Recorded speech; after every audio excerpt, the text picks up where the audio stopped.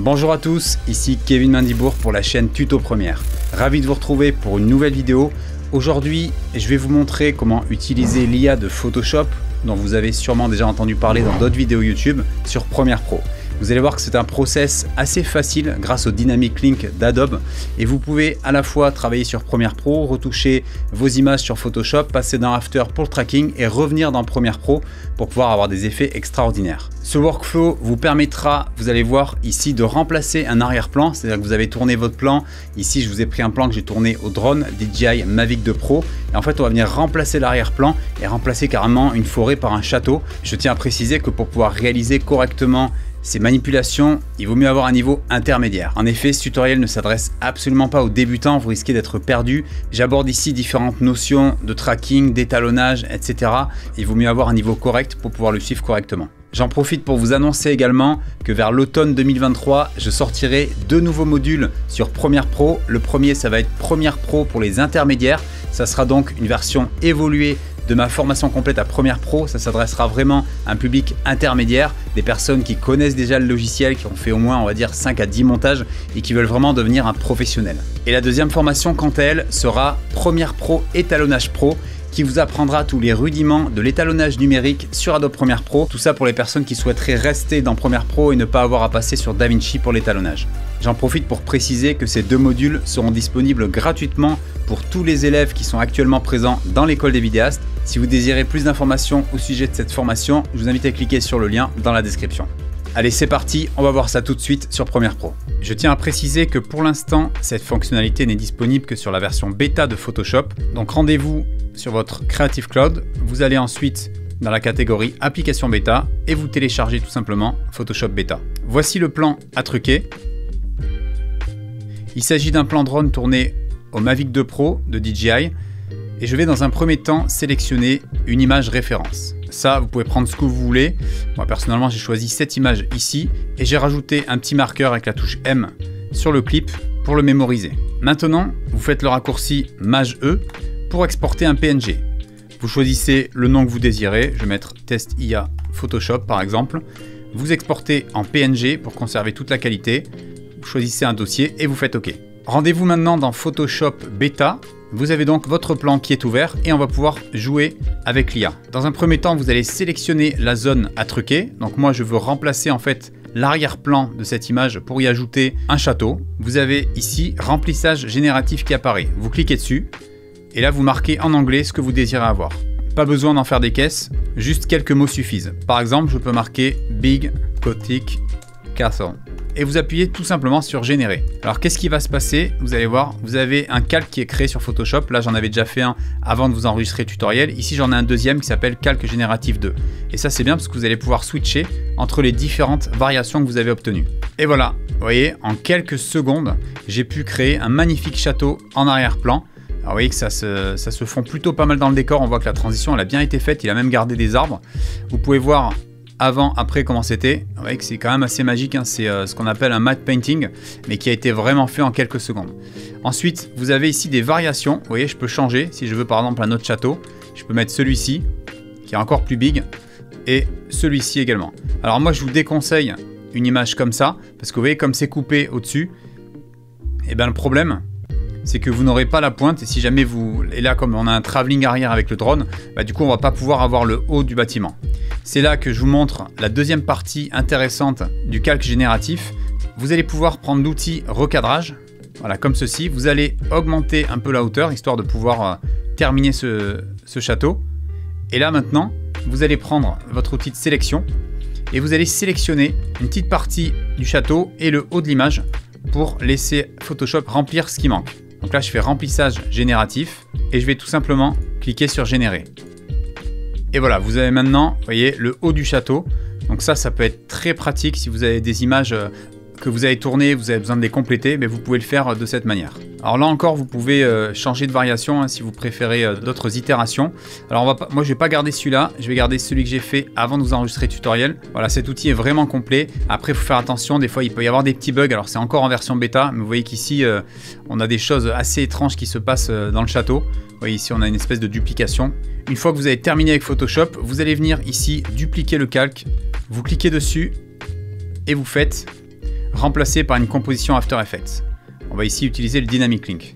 Maintenant, je peux travailler mon rush sur After Effects et ça va se répercuter directement sur Premiere Pro. Vous allez maintenant venir créer un objet nul en faisant clic droit, nouveau, objet nul, et vous le renommez Track BG pour Background. Vous allez ensuite cliquer sur votre rush, vous allez venir dans Fenêtre et cliquer sur Suivi pour ouvrir la fenêtre de suivi. À partir de là, on va pouvoir faire le tracking. Donc je choisis ici Suivi de mouvement, le type de transformation transformé. Je vais traquer la position et l'échelle puisque là j'ai un travelling arrière. Je vais définir la cible donc sur Track BG, Track Background. Et je vais venir maintenant placer mes points. Alors ce que je vous conseille pour le tracking comme d'habitude c'est de trouver des zones avec une bonne dynamique, que vous ayez à la fois des tons foncés et des tons clairs, ça va être beaucoup plus simple pour After Effects pour faire le job. On a ici une petite zone avec une tache noire, ça peut être intéressant. Donc je vais étendre la zone ici pour avoir un tracking plus précis. Pour le deuxième point, vous le placez également au niveau de la forêt. Donc là je peux le mettre par exemple ici sur le tronc d'arbre, à cet endroit-là. Et je vais là aussi étendre la zone pour avoir un tracking plus précis. Voilà, ça donne ça. Et on va donc traquer le mouvement. Une fois que c'est fait, vous appuyez sur la touche d'analyse vers l'avant. Alors je vous conseille de placer un calque vert déjà pour vérifier. Vous voyez, vous assurez que ça ne tremble pas dans tous les sens. On peut voir là que le fond vert est plutôt bien traqué. Bon, on a un léger bug vers la fin, mais c'est pas trop grave ici pour l'exemple. Voilà, une fois que vous avez ça, vous allez chercher votre photo en PSD. Vous la glissez dans votre compo. Vous venez prendre ici l'outil masque rectangulaire et vous allez tracer un masque pour insérer votre château dans votre composition. Vous allez venir zoomer ici et venir appliquer ici un contour progressif pour atténuer la transition entre les deux plans. Et vous l'apparentez à votre track background. Maintenant, vous pouvez voir, j'ai le château qui suit parfaitement le plan d'origine. Une fois que cet effet est terminé, vous pouvez enregistrer. Et comme par magie, vous pouvez voir que sur Premiere Pro, il vous a mis l'effet. Et ce qui est pratique, c'est que là, je peux masquer ce plan pour avoir le plan d'origine, puis le plan final. On va maintenant pouvoir passer à l'étalonnage. Je vais cliquer sur mon plan truqué. Je vais venir ici cliquer ajouter un effet couleur lumétrie. Sur ce deuxième, je vais le renommer Rec 709. Et on va venir y appliquer dans correction de base la lutte DJI D-Log M to Rec 709. En fait, ce que je viens de faire ici, c'est que je viens de transposer l'espace colorimétrique D-Log M du drone DJI en Rec 709. Une fois que j'ai fait ça, je retourne sur l'étalonnage précédent. Je vais pouvoir le renommer celui-ci primaire. Et je vais maintenant retoucher mes couleurs. Je vais retoucher mes tons clairs qui sont un peu trop forts ici. Les blancs également. Voilà, je vais baisser un peu l'image. Au niveau des tons foncés, je vais baisser un peu pour donner un peu plus de contraste à l'image. Je vais également baisser un petit peu mes noirs sans trop les écraser. Je vais ensuite dans créatif. Je vais jouer ici un petit peu avec ma vibrance. J'ai un peu trop de saturation là. Je vais baisser également la satu parce qu'on a le orange du château qui est un peu trop fort. Je vais rajouter ici un nouveau calque que je vais renommer vert herbe pour pouvoir retoucher un petit peu l'herbe. Je trouve qu'elle ressort pas assez dans l'image. Pour faire ça, je vais dans mes courbes de saturation de teinte. Je prends la pipette, je sélectionne le vert. Voilà, c'est à peu près vers les jaunes ici. Et je vais pouvoir faire ressortir un peu plus tout ça. Voilà, pour que ça pète un peu plus. Je peux reprendre la pipette ici. Je peux éventuellement me déplacer ici pour faire plus ressortir de valeur. Alors je trouve que c'est pas encore assez vert pour moi. Je vais aller dans TSL secondaire. Je vais définir ici une couleur. Je passe sur couleur gris pour vraiment afficher que mon herbe. Je vais ajuster tout ça pour vraiment sélectionner que l'herbe ici. Je fais pareil avec les deux autres outils. Voilà, pour vraiment sélectionner un maximum d'herbe dans l'image. Voilà, là ça a l'air pas mal. Je vais mettre la réduction de bruit ainsi que le flou pour lisser un petit peu l'effet qu'on va y appliquer pour que ça se fonde mieux dans le décor. Je vais ensuite sélectionner mes trois roues. Dans mes tons moyens ici, je vais pousser vers le vert ici. Pareil dans les tons foncés un petit peu. Voilà, je veux vraiment une herbe beaucoup plus verte, vous voyez, comme ceci. Je vais pouvoir jouer ici également pour changer un petit peu la couleur. Voilà, je vais désafficher ici pour qu'on voit un peu mieux.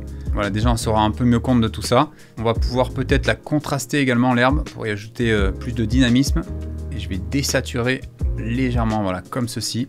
Alors l'avantage de travailler ici au sein d'un même calque, ça va être de pouvoir switcher à tout moment sur le réglage qu'on a fait. Vous voyez que là, en faisant ressortir l'herbe, ça n'a plus rien à voir. Je vais venir créer ici un nouveau couleur lumétrie que je vais renommer rouge manteau pour faire ressortir le rouge du manteau. Alors on va venir zoomer un peu dedans. On va pouvoir prendre ici courbe de saturation de teinte. On sélectionne le rouge du manteau et on va pouvoir le faire ressortir un peu plus, lui donner des couleurs un peu plus vives. Je vais enfin ajouter une dernière petite retouche que je vais renommer créative. Au niveau de ce calque, je vais ajouter une petite teinte chaude, donc je vais aller dans créatif. Je vais choisir le look Gold Orange, voilà, pour donner une petite teinte. Alors ça, je vais jouer avec l'intensité, pour pas qu'il soit trop chaud non plus. On va pouvoir jouer avec la vibrance également, pour faire ressortir plus ou moins des couleurs les unes par rapport aux autres. Et je vais laisser le reste par défaut. Je fais un point in, un point out, je fais un rendu, et c'est déjà terminé. Je fais une petite retouche ici sur la saturation, je vais désaturer un petit peu l'image. Pas que ça soit trop pétant non plus, 90, ça me semble judicieux. Alors je vous montre l'image avant. Voilà, j'ai activé la Lutrex 709 de conversion pour le log DJI. J'ai joué un peu avec les primaires ici tout en désaturant l'image. J'ai retouché la teinte de l'herbe, j'ai retouché le rouge du manteau et enfin j'ai appliqué une lutte créative pour donner un look final à mon film. Dans Créative, vous pouvez également, si vous le désirez, ajouter une petite vignette pour avoir un effet un peu moins plat de l'image, parce que c'est une image DJI là, elle est un peu, ça me paraît un peu plat, ça donne un peu plus de cachet à l'image. Alors l'avantage, c'est que maintenant, si vous souhaitez modifier le château, vous pouvez très bien retourner sur Photoshop et au niveau des châteaux, vous choisissez un qui vous convient mieux. Par exemple, si je veux prendre celui-là, j'enregistre. Grâce au Dynamic Link, ça va le remplacer à la fois sur After Effects, mais également dans Premiere Pro. Ce tutoriel est terminé, j'espère que ça vous a plu. Vous avez vu à quel point ça ouvre des possibilités énormes de pouvoir utiliser cette IA de Photoshop pour remplacer un décor de tournage et ensuite l'importer sur Premiere Pro. Je vous invite à effectuer des essais sur vos propres images. Vous allez voir que vous ferez des effets incroyables. Si cette vidéo vous a plu, je vous invite comme d'habitude à laisser un petit pouce bleu et à vous abonner à la chaîne si ce n'est pas encore le cas, puis activer la cloche. Pour tous ceux qui souhaitent aller plus loin dans la vidéo et vraiment progresser rapidement, je propose dans la description une heure gratuite de ma formation complète École des vidéastes. Cette formation à la vidéo 100% en ligne vous aidera à progresser en vidéo, même si vous débutez totalement à travers plus de 1000 vidéos tutoriels, 100 heures de formation et un mentoring en ligne sur les logiciels Premiere Pro, After Effects ou encore DaVinci Resolve. Rejoignez dès à présent une communauté grandissante de plus de 1000 vidéastes passionnés qui progressent ensemble jour après jour au sein de la formation. Si vous souhaitez en savoir plus, je vous invite à cliquer dès maintenant sur le lien dans la description. Je vous dis à très bientôt pour une prochaine vidéo. D'ici là, n'oubliez pas, restez créatifs.